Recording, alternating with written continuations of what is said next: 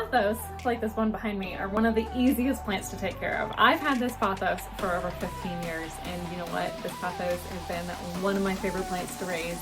Not only are they easy to care for and they thrive in almost any environment, but you can also make a ton of pothos after them. Hi, I'm Lauren Kane, and I'm the founder of Elm Dirt, where we make organic fertilizer and plant foods for all your different types of plants, whether indoors or outdoors. And this pothos has been eating my organic plant food for a very long time.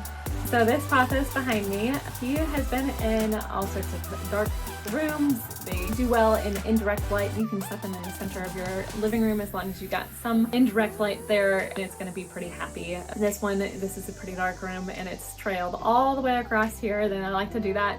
If I cut it off anywhere, there's these little brown nubs at the edge and the base of every leaf, and if I cut it off where those brown nubs show and stick it in water, that's going to grow roots and you can propagate your pothos that way.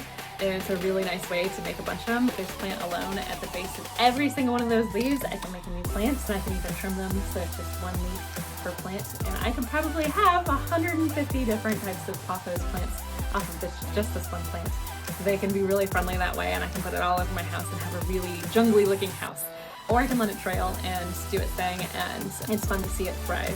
Now, the one thing about pothos is you don't want to overwater it. So you want to stick your finger in about an inch deep to see if it's wet or dry. If it's wet, don't water it for a day or two or even a week more, because you don't want it to get root rot, which is a big problem with houseplants in general. That's usually the most upsetting thing for a pothos. This guy, I've gone on vacation for a couple weeks and not watered him. I've also forgotten to water him for a month, and he perked back up. Obviously they can wilt a little bit and get some crispy leaves and drop leaves, and that happens even with the changing of light as we go from summer to winter. But a lot of times it's just because of my watering schedule, and so I know if I'm seeing some yellowing leaves to check the water to see if I've watered it in a while, to see if it's too wet, and to make sure I'm not killing it. But honestly, these pothos are so easy to grow.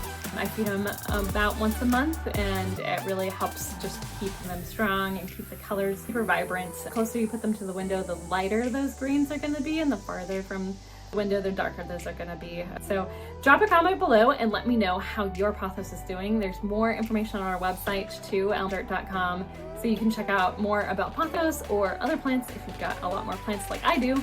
I've always wanted to know more about how I can best take care of them, and I've learned all sorts of tips and tricks while keeping the synthetic chemicals out of my own home and away from my pets and my children.